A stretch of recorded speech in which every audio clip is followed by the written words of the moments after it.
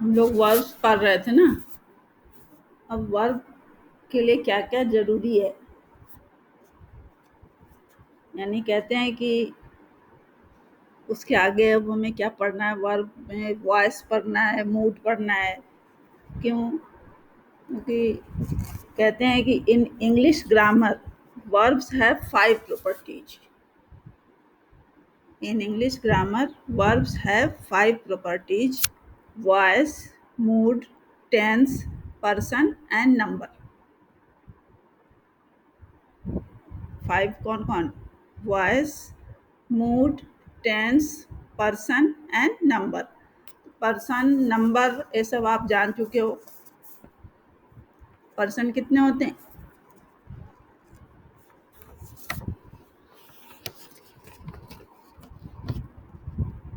Noun में बताया था ये सब। पर्सन कितने टाइप के होते हैं इंग्लिश में? सिंगुलर और प्लूरल मैम 3। हाँ, पर नंबर 2 होते हैं ना, पर्सन 3 होते हैं। कौन कौन होते हैं? First second third person. हाँ, first person, second First, person, third person. ठीक। नंबर 2 होते हैं सिंगुलर और प्लूरल।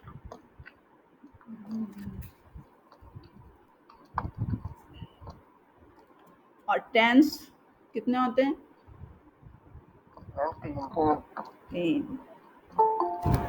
Present future past. हाँ, अब वॉइस की बात करते हैं। मोड तो अभी हमने पढ़ाया नहीं है, वॉइस भी नहीं। वॉइस एक्टिव और पैसिव आप जानते होंगे कि एक्टिव होते हैं और पैसिव होते हैं। यानी जो हम जनरली जो सेंटेंस बोलते हैं वो क्या होते हैं? एक्टिव वॉइस में होते हैं। एक्टिव वॉइस में क्या है? Subject plus verb plus object, जो हम सिंपल सेंटेंस बनाते हैं, और जो वर्ब हमेशा एक्शन में होता है, तो क्या होते हैं? एक्टिव वॉइस में होते हैं।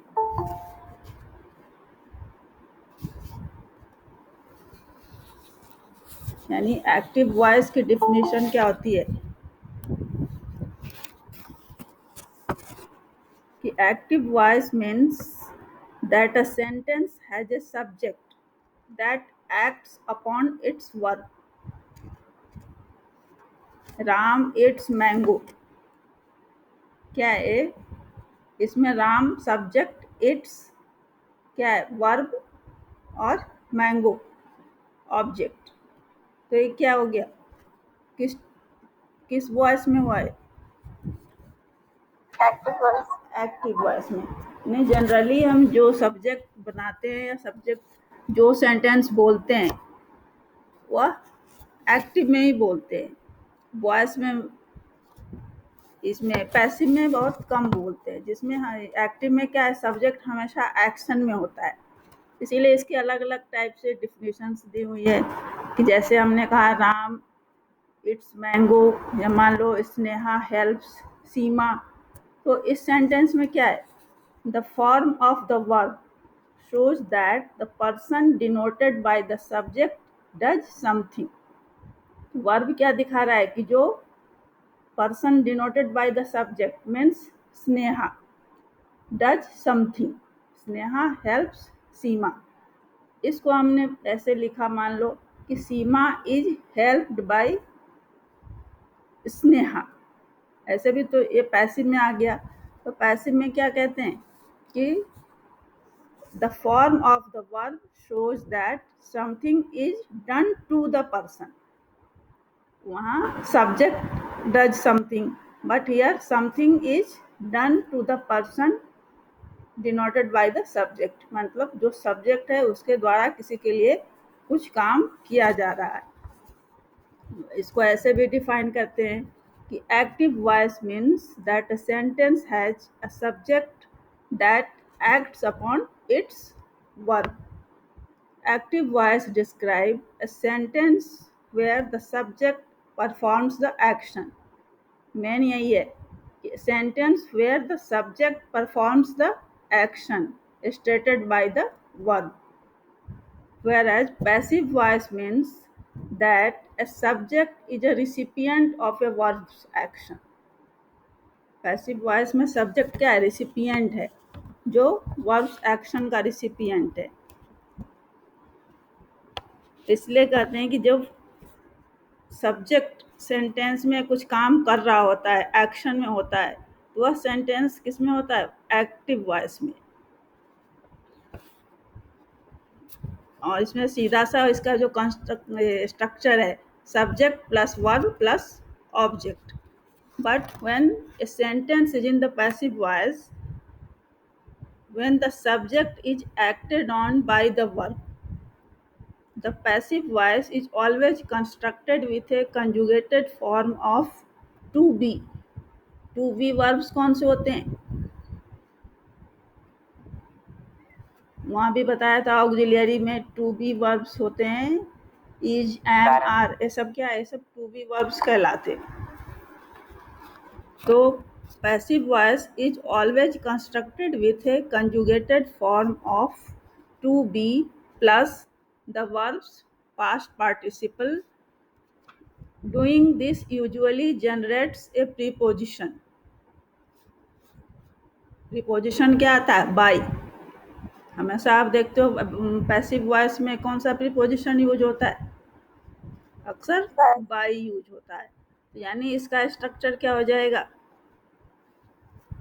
Object plus form of to be, are हो, इज हो, जो भी हो वो सब्जेक्ट के ऑब्जेक्ट के अनुसार, और प्लस वर्ब का past participle plus by preposition plus subject.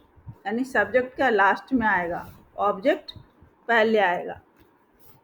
तो इस तरह तो इसका स्ट्रक्चर हो गया।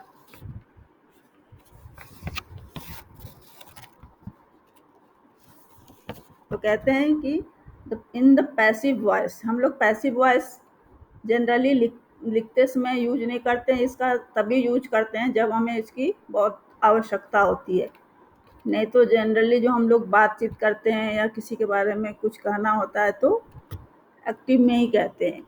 और वैसे सिर्फ इसके लिए कि हम थोड़ा इसको अच्छा लिखें, तो अगर जहाँ इसकी आवश्यकता हो वहीं आप इसको यूज करो, ऐसा कहते हैं। जैसे in the passive voice however the subject is no longer performing the action of the verb, rather it's being acted upon by the verb. यानी the subject of a sentence in the passive voice is no longer the doer of the action. यानी यह action करता नहीं होता है passive voice में, but the recipient of the action. यह action का रिसिपिएंट होता है, इसके द्वारा एक्शन होता नहीं है। यानी जो वर्ब है वह एक्शन में नहीं होता इसमें। Meanwhile, what was the subject of a sentence in the active voice, the doer becomes the agent in the equivalent passive voice sentence. अब इसमें इसके डिफिनेशन में ज़्यादा जानने से अच्छा है कि आप इसके रूल्स जानो कि कैसे बनाते हैं, उसमें आपको समझ में आ जाएगा कि कैसे करेंगे। मान लो हमने आपको एक सेंटेंस दिया सिंपल प्रेजेंट का, खुद ही बताओ कोई sentence simple tense, present simple tense. He writes a letter. हाँ चलो, ही राइट्स ए लेटर। तो इसमें क्या है? इसका पहला स्ट्रक्चर कैसा है? सब्जेक्ट प्लस वर्ब का Verb कौन सा plus रूप है? वर्ब का first form. फर्स्ट प्लस जो हमने इसमें एस लगाया, राइट्स, राइट में एस लगाया तो क्या हो गया? राइट्स। ठीक, प्लस क्या है? लेटर। लेटर क्या है? Object. ऑब्जेक्ट है। तो हो गया सब्जेक्ट प्लस V1, यानी वी का फर्स्ट रूप प्लस एस, और ES जब लगाते हैं तो ES भी हो सकता है, प्लस ऑब्जेक्ट। अब इसको पैसिव में बनाना है तो क्या करेंगे हम? इसको प्रेजेंट कंटिन्यूअस में चेंज करेंगे, प्लस वर्ब की थर्ड फॉर्म लगाएंगे। तो पहले क्या लिखेंगे? लेटर। लेटर। तो क्या हो गया? ऑब्जेक्ट ऑब्जेक्ट सब्जेक्ट में प्लस चेंज किया। क्या यूज करेंगे? टू बी Is- वर्ब्स में से क्या यूज आए, इसके साथ क्या आएगा? इज आएगा। इज आएगा। A letter is plus V3 verb का रिटर्न थर्ड रूप, थर्ड फॉर्म आएगा। रिटन प्लस बाय है, बाय प्लस सब्जेक्ट। सब्जेक्ट क्या है यहाँ पे? ही है, तो ही का हिम हो जाएगा। ही का हिम हो जाएगा। ठीक है, इसी में मान लो इंट्रोगेटिव सेंटेंस है, सब्जेक्ट प्लस, तो हमें सिंपल प्रेजेंट में जब भी निगेटिव बनाते हैं तो किसका यूज करते हैं? डू या डज का। तो plus not plus V1 plus object, इससे बनाओ एक सेंटेंस निगेटिव में, सिंपल प्रेजेंट में, कुछ भी बनाओ।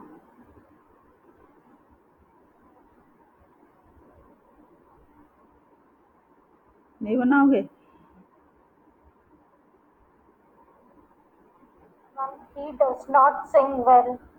ही does not Sing well. Sing, Well.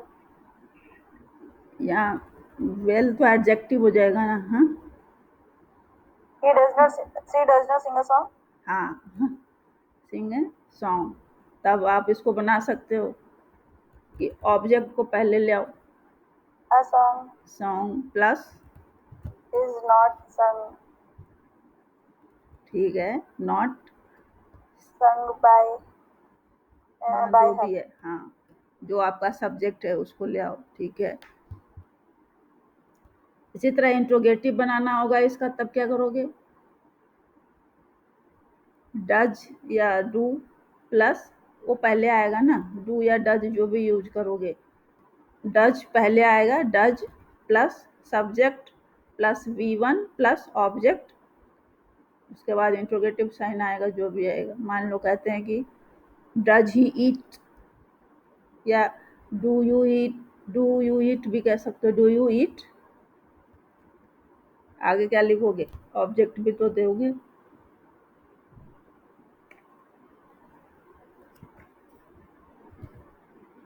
आप अपनी Mango. हाँ चलो मैंगो ही सही। हाँ, do you eat a mango. यहाँ भी आपको उसको डू को किस में चेंज करना पड़ेगा? Do को present perfect में। इज एम आर कुछ में चेंज करोगे ना। इसमें हाँ, तो यहाँ किस में चेंज होगा? मान लो हमने डू यू कहा, तो यू के साथ तो कौन सा mango का यूज part होता है? आर। R होता है। Are mango plus V3, ma'am यहाँ पर मैंगो के अकॉर्डिंग नहीं हुआ क्या? ऑब्जेक्ट ऑब्जेक्ट जो होगा उसी के अकॉर्डिंग तो होगा। हाँ जी, तो मैम मैंगो को हम ऑब्जेक्ट सब्जेक्ट में लेके जाएंगे। तुमने क्या बोला? हाँ, डज या do you eat a mango, do you eat a mango? या सीधे पूछ सकते हैं डू यू ईट मैंगो, क्या तुम आम खाते हो? हाँ, हाँ, तो मैम इसमें मैंगो के अकॉर्डिंग जो हम पैसिव बनाएंगे तो इसमें मैंगो के अकॉर्डिंग चेंज होगा ना। हाँ, तो इज आएगा ना, इज मैंगो। हाँ तो बोलो, is mango plus and eaten by you।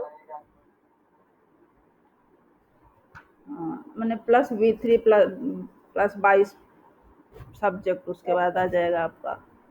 ठीक है, Yes, ma'am. मान लो जैसे हमने कहा सिंपल प्रेजेंट में टेक है अगर, तो उसका क्या हो जाएगा? आई है, आई के साथ यूज करना है तो एम टेकन हो जाएगा। टेक्स I है am। तो इज टेकन होगा, आर टेकन भी होता है, यानी इस तरह चेंज होते हैं इसके जो रूप हैं। हम लोग जैसे हम इज टेकन आर टेकन अगर लिखते हैं तो समझ लो कि वो पैसिव वॉइस में है, क्योंकि अक्सर हम लोग पास्ट टेंस किसके साथ यूज करते हैं? पास्ट टेंस का जब सेंटेंस होता है तब। लेकिन जब इस तरह यूज कर रहे हैं तो वह इसका मतलब वो पैसिव वॉइस में है।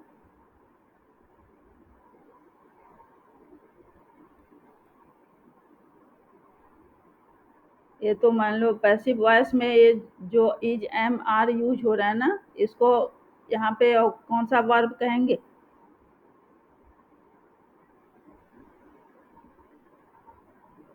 लिंकिंग या ऑक्सिलियरी, ये पूछ रहे हैं।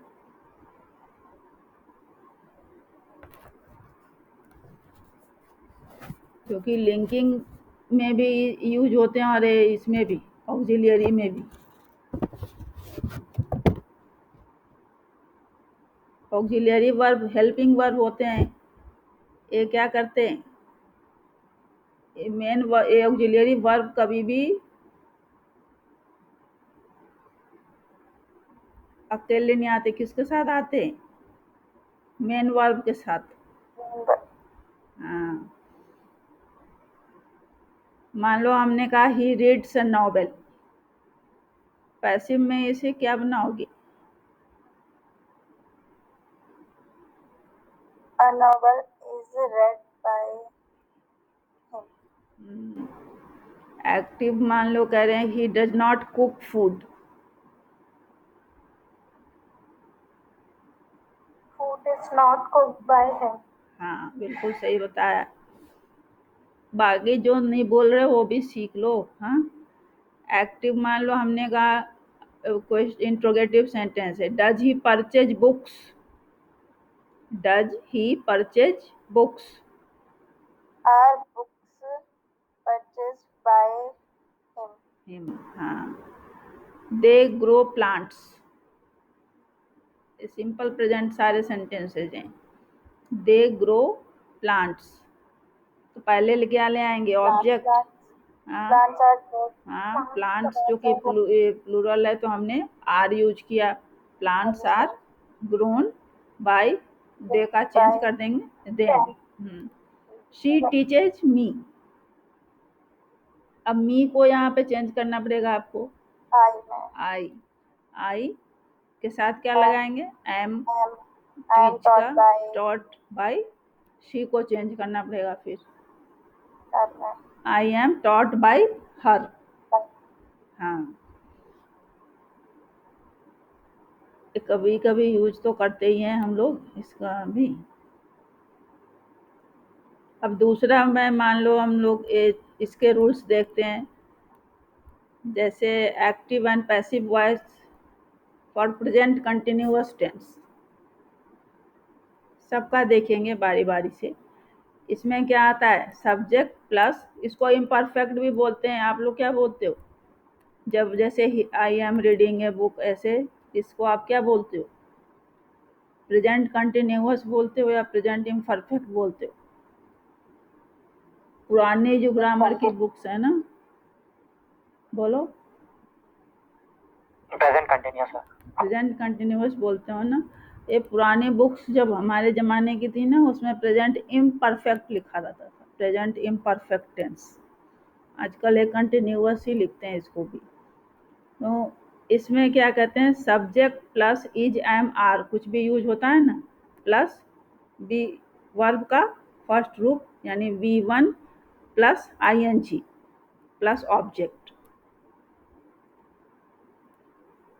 एग्जाम्पल मान लो है कि Sita is singing a song, तो सीता क्या है? सीता सब्जेक्ट हो गई, उसके साथ हम इज लगाया हमने, फिर वर्ब का फर्स्ट रूप क्या है? सिंग, उसमें ING लगाया, singing plus object, singing a song, Sita is singing a song.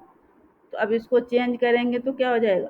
पहले ऑब्जेक्ट आएगा, A song is being sung by Sita. Is being sung by Sita, यानी यहाँ क्या यूज किया हमने? इज के बाद Being यूज किया, बीइंग यूज किया। ठीक,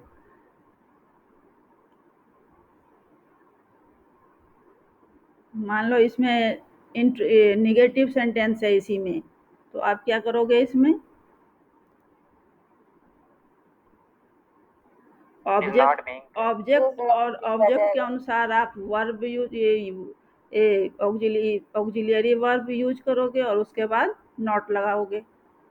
फिर बीइंग, आगे आपको पता है कि वर्ब का थर्ड रूप बाय जो सब्जेक्ट है, ठीक है, यानी object plus is am are plus not plus being plus verb का थर्ड रूप प्लस बाय सब्जेक्ट, ऐसे बनाएंगे।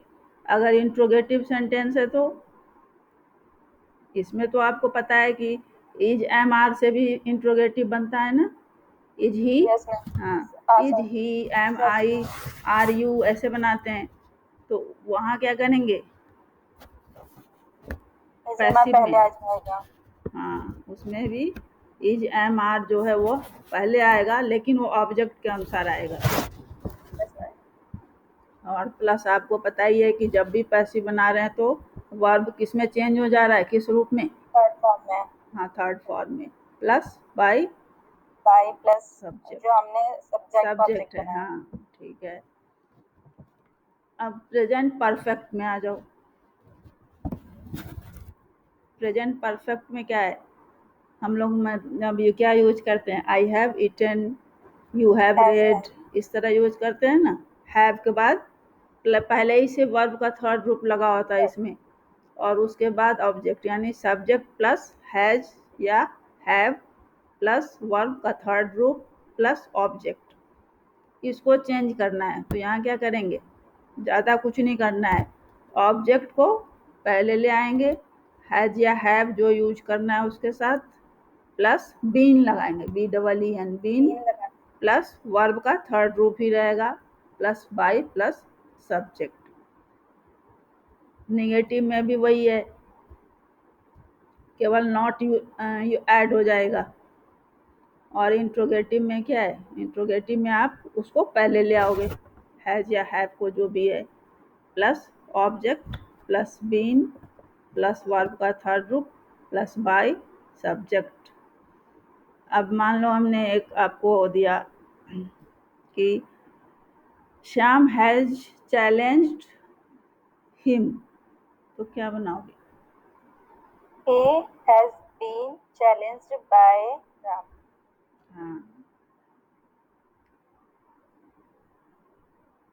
Sita has not sung a song, A song has not not been sung by Sita. Sita, हाँ।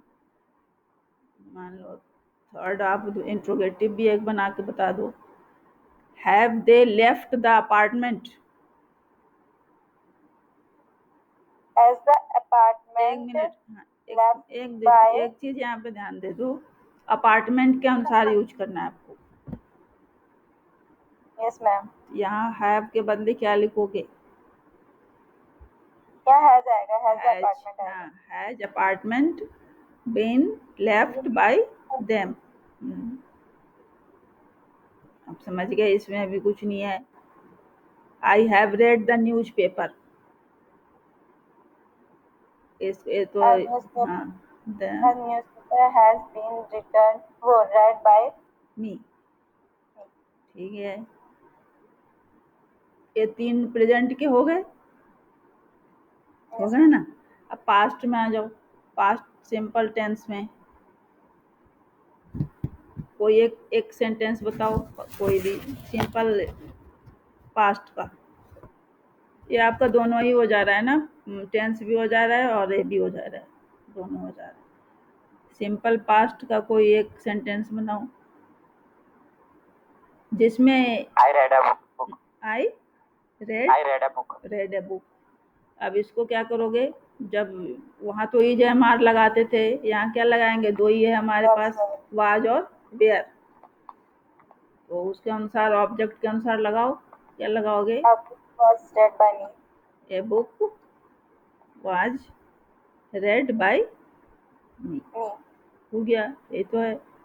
और मान लो इसमें अब तो वाज वेयर कुछ नहीं है और हमें नेगेटिव बनाना है, तो क्या करेंगे, ऑब्जेक्ट प्लस, यहाँ तो हम यहाँ बनाएंगे जैसे डिड लगाकर, subject plus did plus not plus verb का फर्स्ट रूप लगाते हैं ना, जब डिड लगाते हैं तो क्या कहते हैं, एक चीज और ध्यान देना, सिंपल पास्ट में सब्जेक्ट के साथ हम वर्ब का सेकंड रूप लगाते हैं, याद है ना।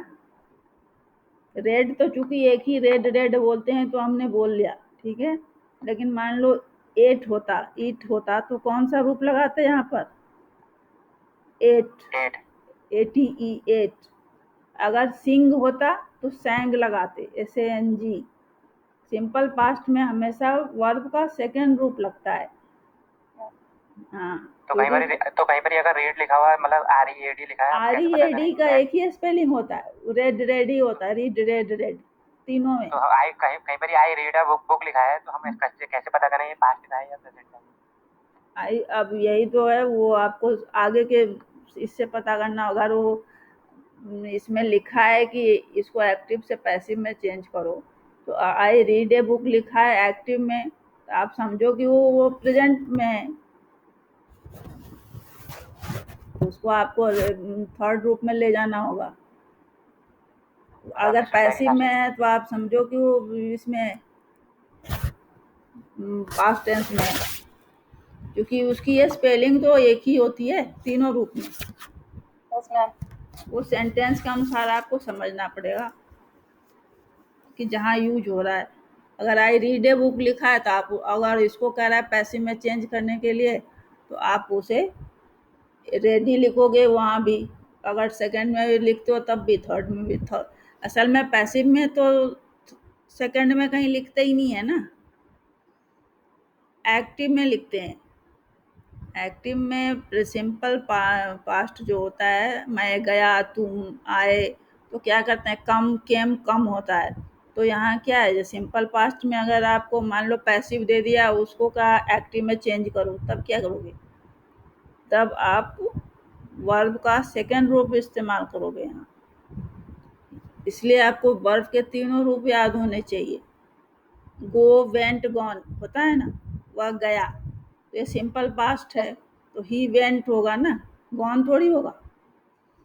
वह आया, तो ही केम बोलेंगे ना, कम थोड़ी बोलेंगे। मैंने खाया, तो आई एट बोलेंगे, इटन नहीं बोलेंगे, क्योंकि यहाँ पे और तो इज, एम, आर के यूज ही नहीं कर रहे हैं। जब वो यूज करेंगे तब तो हम ING लगाते ही हैं। You were eating, I was eating नहीं लगाते हैं, मैं खा रहा था, तुम जा रहे थे। लेकिन जिसमें जैसे तुमने मेरी कलम चुराई, तो क्या बनाओगे, अगर तुमने कलम चुराई है तब तो आप हैव और स्टोलन कर दोगे। अगर नहीं है तो you stole my pen, you stole my book, तुमने मेरा ग्लास तोड़ा, यू ब्रोक माई ग्लास। अगर है कि तुमने मेरा ग्लास तोड़ा है साथ में, तब आप कहोगे you have broken my glass. यानी हैव के साथ थर्ड रूप लगाओगे तो वो तो दूसरे टेंस में चला जाएगा ना। लेकिन अगर सिंपल पास्ट है तो हम सब्जेक्ट के साथ वर्ब का सेकंड रूप लगाएंगे। हमने इरेगुलर वर्ब्स में क्या पढ़ा था कि कुछ वर्ब्स ऐसे हैं जो तीनों में एक ही हैं, जैसे कट कट कट, है ना, पुट पुट पुट। अब रीड का है कि स्पेलिंग तो एक ही है, पढ़ते हम उसको अलग अलग है, रीड, रेड, रेड। कुछ वर्ब्स रेगुलर कैसे हैं, जिनके दो रूप एक जैसे हैं, जैसे सिट, सेट, सेट। और कुछ इरेगुलर वर्ब्स कैसे हैं जिसके तीनों अलग अलग हैं। आपको सारे अपने माइंड में रखने पड़ेंगे कि सिंपल पास्ट में हमें वर्ब का सेकेंड रूप यूज करना है। इसलिए जब हम इसका निगेटिव बनाएंगे तो क्या करेंगे, सब्जेक्ट प्लस डिड, और वर्ब का डिड नॉट प्लस वर्ब का फर्स्ट रूप आएगा, क्योंकि दो पास्ट टेंस एक साथ नहीं लगाते। और डू का पास्ट टेंस हमने डिड यहाँ लगा दिया है, यूज कर लिया है, तो उसके बाद हम नॉट के बाद वर्ब का फर्स्ट रूप यूज करेंगे और प्लस ऑब्जेक्ट। जैसे हम कहते हैं कि he did not read a book, या रीड दिस नॉवेल, कुछ भी कह सकते हो, he did not read this novel. उसने यह नॉवेल नहीं पढ़ा। इसी तरह अगर अब उसको अगर पैसिव में चेंज करना होगा तो वो ज़्यादा आसान है। या फिर आप ऑब्जेक्ट पहले ले आओगे कि this novel plus was were, क्या लगाएंगे, दिस नॉवेल वाज नॉट, हाँ, प्लस V3। अब वो रीड तो वही है बट यहाँ रेड पढ़ेंगे इसको, प्रोनाउंसिएशन हाँ, प्रोनाउंसिएशन चेंज हो जाएगा, was not red by him, हो गया ना। तो इसी तरह इंट्रोगेटिव में भी है आपकी। इसमें इंट्रोगेटिव में सिर्फ क्या होता है कि नॉट नहीं लगता, डिड क्या होता है, सब्जेक्ट के पहले आ जाता है। जहाँ भी हमें auxiliary verb is, am, are, supporting verb नहीं होता तो डू इसीलिए क्या कहते हैं कि सपोर्टिंग वर्ब का काम करता है। तो हम यहाँ पर डिड को पहले ले आते हैं इंट्रोगेटिव सेंटेंस बनाने के लिए। डिड के बाद सब्जेक्ट, उसके बाद वर्ब का फर्स्ट ग्रुप, उसके बाद ऑब्जेक्ट। और उसी का जब हमको पैसिव में चेंज करना होगा तो फिर ऑब्जेक्ट के अनुसार वाज या वेयर, जो भी, अगर प्लांट्स हैं तो वेयर लगा देंगे, प्लांट है तो वाज लगा देंगे, बुक्स है तो वेयर, सिंगुलर में है तो वाज, प्लूरल में है तो वेयर, प्लस वही ऑब्जेक्ट प्लस वर्ब का third group plus by subject. सिर्फ इतना अंतर है कि इसमें जैसे डिड पहले आया, इसमें भी वाज या वेयर पहले आएगा इंट्रोगेटिव सेंटेंस बनाने में। जैसे मान लो हमने कहा आपको एक sentence, Rima cleaned the floor. Clean सफाई करना होता है ना, ईडी लगा दिया, ये फाइनाइट वर्ब में आ गया आपको, ये फाइनाइट कहते हैं, रेगुलर वर्ब में आ गया, इसमें हमने ईडी लगाया क्लीन में।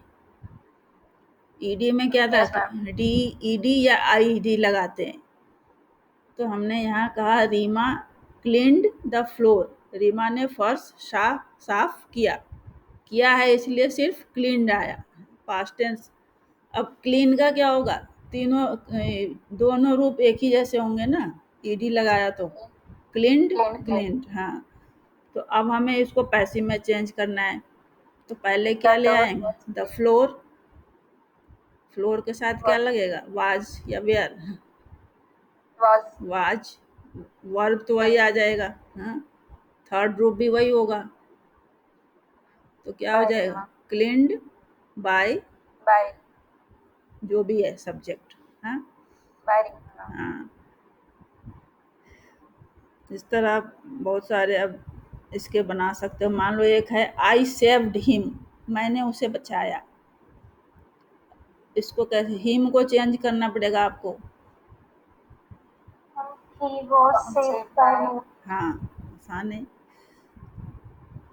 समझ गए। आज मुझे थोड़ा आपको जल्दी छोड़ना है, ठीक है, ओके मैम, छोड़ दूँ, ये लैपटॉप की ज़रूरत है उनको ओपन